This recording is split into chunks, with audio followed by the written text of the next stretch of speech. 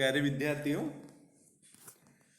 मैं डॉक्टर मोहनलाल खटीक, सहायक आचार्य राजेश पायलट, राजकीय महाविद्यालय लालसोट,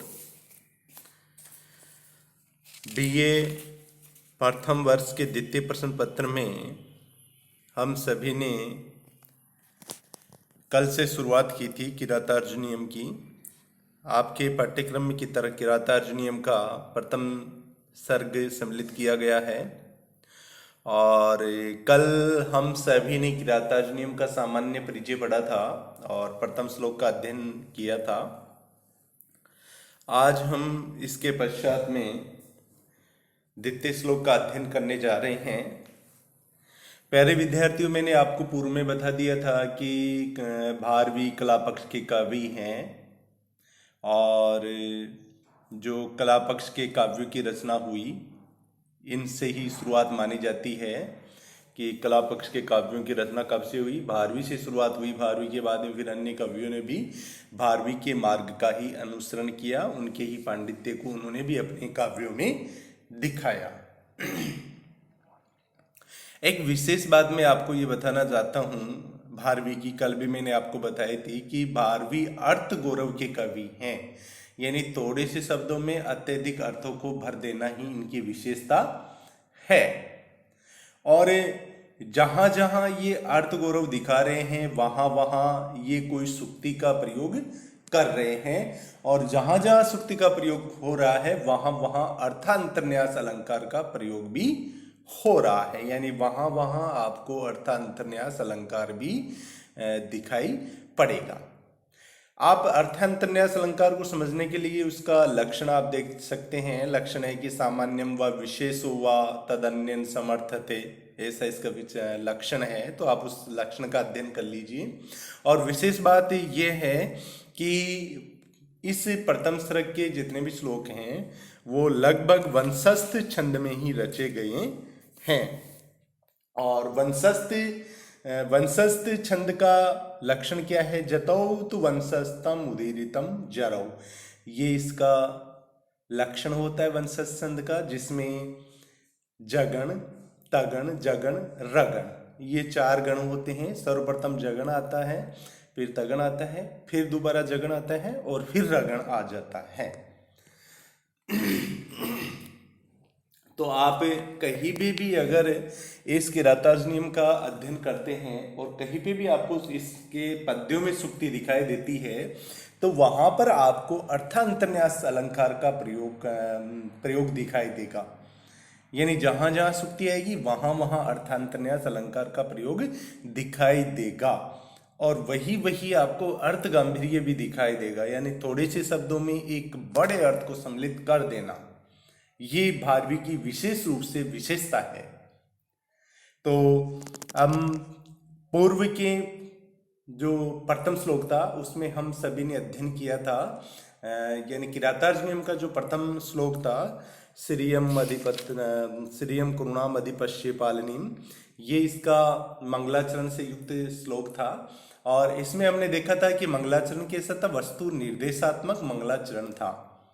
देखिए, श्री का यहाँ पे प्रथम वर्ण के रूप में प्रयुक्त हुआ है श्री, तो यहाँ पे मंगलाचरण है ही, श्री लक्ष्मी से संबंधित शब्द है ये। लेकिन यहाँ पे मंगलाचरण कैसा है? वस्तु निर्देशात्मक, यानी वस्तु निर्देशात्मक मंगलाचरण क्या होता है कि जहाँ पे कथा वस्तु का निर्देश करते हुए मंगलाचरण किया जाता है वो वस्तु निर्देशात्मक मंगलाचरण होता है। तो किरातार्जुनीयम का जो प्रथम सर्ग है उसके प्रथम श्लोक में क्या बताया गया है कि कुरु राज्य में निवास करने वाले राजा की शोभा, या कुरुओं के राजा, यानी कुरु जनपद में निवास करने वाले लोगों के राजा इस समय कौन थे? दुर्योधन। उस दुर्योधन की शोभा या राजलक्ष्मी और उस राजलक्ष्मी को बढ़ाने वाली या उसका पालन करने वाली जो प्रजाओं की वृत्ति है या प्रजाओं का व्यवहार है उसको जानने के लिए युधिष्ठिर ने किसी वनेचर को ब्राह्मण वेश में भेजा था। वह वनेचर वापिस युधिष्ठिर के पास आ जाता है सब कुछ वृत्तांत जान करके। यानी पूर्व श्लोक में अपन ने पढ़ा था प्रथम श्लोक में कि युधिष्ठिर अपना सब कुछ जुए में हार जाते हैं, द्युत क्रीड़ा में हार जाते हैं, और फिर हारने के बाद में अपने पांचों भाइयों के साथ और द्रौपदी के साथ वह द्वैतवन में आ जाते हैं, और वहां से दुर्योधन द्वारा किए जा रहे राज्य का पता करने के लिए वो एक वनेचर को वहां दूत के रूप में भेजते हैं। जो वनेचर क्या करता है, वहां सब कुछ वृत्तांत को जान करके, सब कुछ पता लगा करके कि दुर्योधन किस प्रकार से राज्य कर रहा है, इन सभी बातों का पता लगा करके वह युधिष्ठिर के पास वापस आ जाता है। यही इस प्रथम श्लोक में वर्णित है। अब द्वितीय श्लोक का हम अध्ययन करने जा रहे हैं। तो द्वितीय श्लोक में देखिए क्या वनेचर वापस आ जाता है। तो द्वितीय श्लोक में फिर क्या होता है, कृत्य प्रणामस्य मही बुझे जिताम सपत्ने निवेदयिष्यतः न विवेत्य तस्य मनो नहि प्रियम प्रवक्तुं क्षन्ति मृषा हितैषिणः। इस श्लोक का हम अन्वय देखते हैं। कृत्य परिणामस्य सपत्नेन जिताम महिम महीभुजे निवेदयिष्यतः तस्य मनः न विवेत्यः हि हितैषिणः मृषः प्रियं प्रवक्तुं न इच्छन्ति। कृत्य परिणामस्य अर्थात कृतः परिणामः यन स कृत्य परिणामः और तस्य कृत्य परिणामस्य, यानी ऐसा व्यक्ति जिसके द्वारा प्रणाम कर लिया गया है, ऐसा व्यक्ति जिसके द्वारा प्रणाम कर लिया गया है, नमस्कार कर लिया गया है या अभिवादन कर लिया गया है, उस व्यक्ति का तो वो व्यक्ति कहलाता है कृत्य प्रणाम है। और फिर उस व्यक्ति से व्यक्तिवाची जो शब्द कृत्य प्रणाम है, इसमें षष्ठी विभक्ति करने पर क्या हो गया, कृत्य प्रणामस्य। तो प्रणाम कर चुके हुए वनेचर का, प्रणाम कर चुके उस वनेचर का या उस दूत का, कौन वनेचर या कौन दूत, जो दुर्योधन के राज्य का पता लगाने के लिए गया था, उसकी बात है। सपत्नेन यानी पत्नी, देखिए ये पत्नी जो शब्द है ये शत्रु के लिए आता है, तो सपत्नेन यानी शत्रु के द्वारा, सपत्नी यानी शत्रु, तो सपत्नेन यानी शत्रु के द्वारा, जीताम यानी जीती गई, महिम यानी पृथ्वी को, मही बुझे अर्थात युधिष्ठिर के लिए। अब मही बुझे यानी उस मही का उपभोग करने वाले, मही बुझे यानी युधिष्ठिर के लिए, निवेदयिष्यतः अर्थात निवेदन करते हुए या उस पृथ्वी के बारे में बताते हुए, उस पृथ्वी के बारे में बताते हुए, तस्य उसका मन, किसका मन, वनेचर का मन, न विवेत्यः यानी बिल्कुल भी दुखी नहीं हुआ, उस वनेचर का मन बिल्कुल भी दुखी नहीं हुआ। ही यानी क्योंकि, हितैषिणः है अर्थात हित को चाहने वाले, हितैषिणः है यानी हित को चाहने वाले, मृषा यानी झूठ, प्रियम और प्रिय, झूठ और प्रिय, प्रवक्तुम यानी बोलने के लिए, न इच्छन्ति अर्थात चाहते हैं, न इच्छन्ति अर्थात चाहते हैं। अर्थात कोई व्यक्ति ऐसा हो जो किसी का भला चाहता हो या हित चाहता हो, तो वह व्यक्ति उससे ना तो झूठ बोलता है और ना ही प्रिय बोलता है। वो सोचता है कि मैं जैसी बात कहूंगा सही कहूंगा जो इसके लिए उपयुक्त होगी, चाहे इसके लिए इसको ये बात अच्छी लगे या अच्छी नहीं लगे। तो प्रणाम किए गए वनेचर का, प्रणाम किए गए वनेचर का शत्रु के द्वारा जीती गई मही यानी पृथ्वी को उपभोग, शत्रु के द्वारा जीती गई पृथ्वी को मही बुझे अर्थात युधिष्ठिर, राजा युधिष्ठिर के लिए निवेदन करते हुए,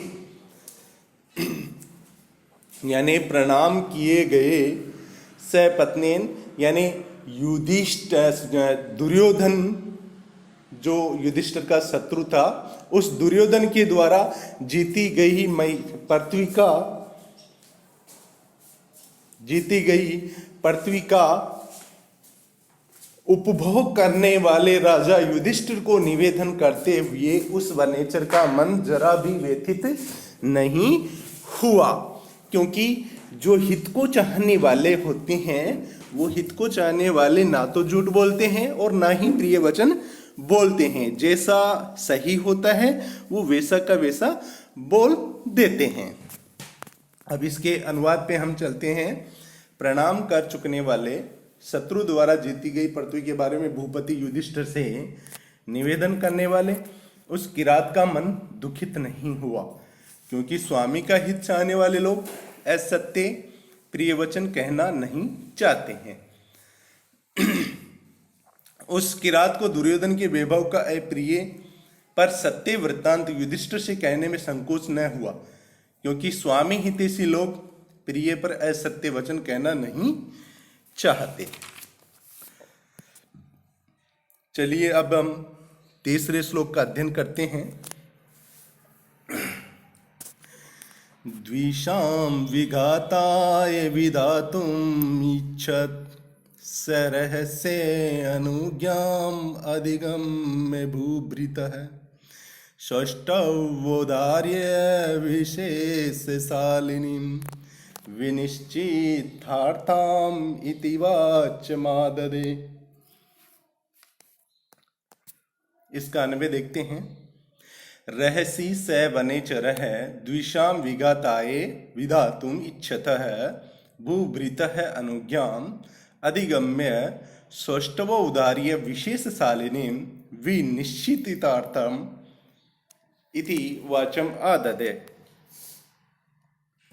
रहसी अर्थात एकांत में, सप्तमी का एक वचन है ये। एकांत में श वनेचर है, उस ब्राह्मण वेशधारी वनेचर ने या किरात ने, जिसको युधिष्ठिर ने दुर्योधन के राज्य का पता करने के लिए भेजा था।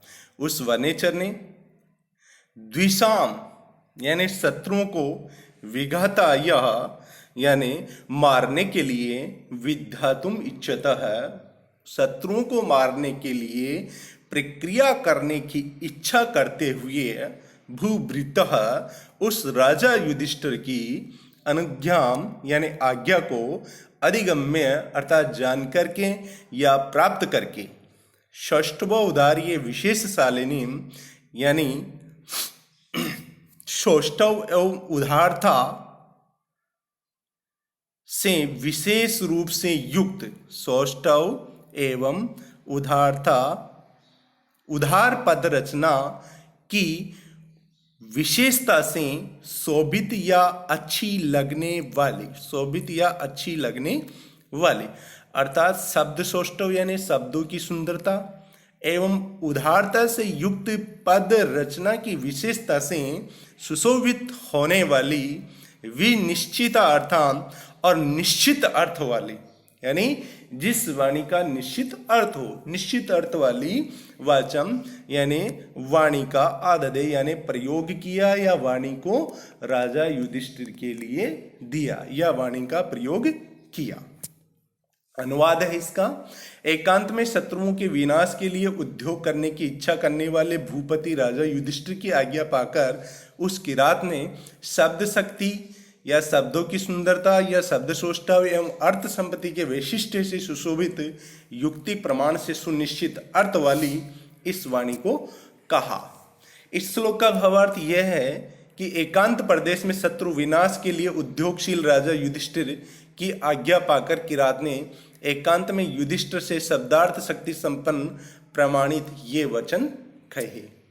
प्यारे विद्यार्थियों, आज का अध्ययन यही समाप्त करते हैं। तब तक आगे फिर से हम अगले श्लोकों का अध्ययन करेंगे। तो तब तक के लिए धन्यवाद।